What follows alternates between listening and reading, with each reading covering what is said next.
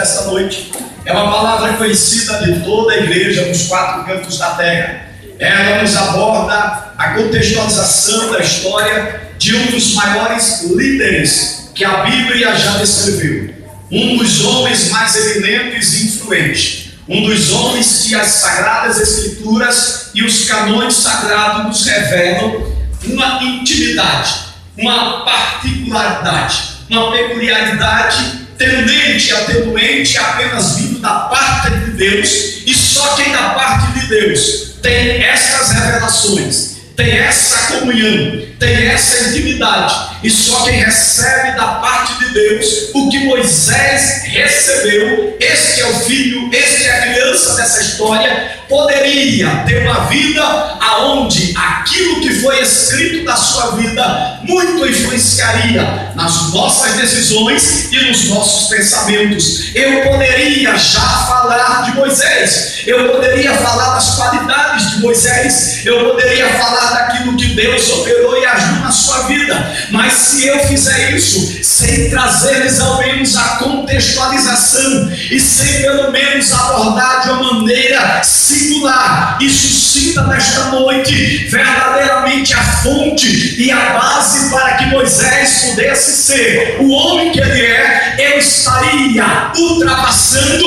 ou passando a contextualização sagrada. Ou seja, eu preciso parar por um momento para falar justamente daquela que foi a fonte, daquela que foi a razão, daquela que foi o instrumento, daquela que foi o meio, daquela que foi o caminho, daquela que foi a chamada, daquela que foi a separada, daquela que foi a eleita, daquela que foi a escolhida, para que por meio dela e através dela nós pudéssemos conhecer quão grande homem Moisés e entender porque Moisés se tornou aquele que seria o homem que Deus escolheria para falar face a face. A Bíblia nos fala de muitos homens na Bíblia que Deus teve uma intimidade, mas quando falamos de Moisés, Moisés é de uma forma singular, um homem que nós aprendemos que é possível por meio da sua vida, por meio do seu testemunho, entender, descobrir, desenvolver e buscar que é possível vivermos uma vida aonde podemos entender e compreender as coisas ocultas diante dos olhos de muitos homens e mulheres, mas revelada na vida daqueles que têm a singular intimidade com Deus. Mas para que Moisés pudesse viver isso, nós precisamos voltar para a sua origem, nós precisamos voltar para a sua história, e voltar para a sua origem, voltar para a sua história, nós precisamos abordar um pouco sobre a vida de uma mulher virtuosa, de uma mulher graciosa, de uma mulher chamada por Deus, e essa mulher é Joquebede, a mãe de Moisés. A Bíblia nos ensina que o período da contextualização no texto que nós lemos nesta noite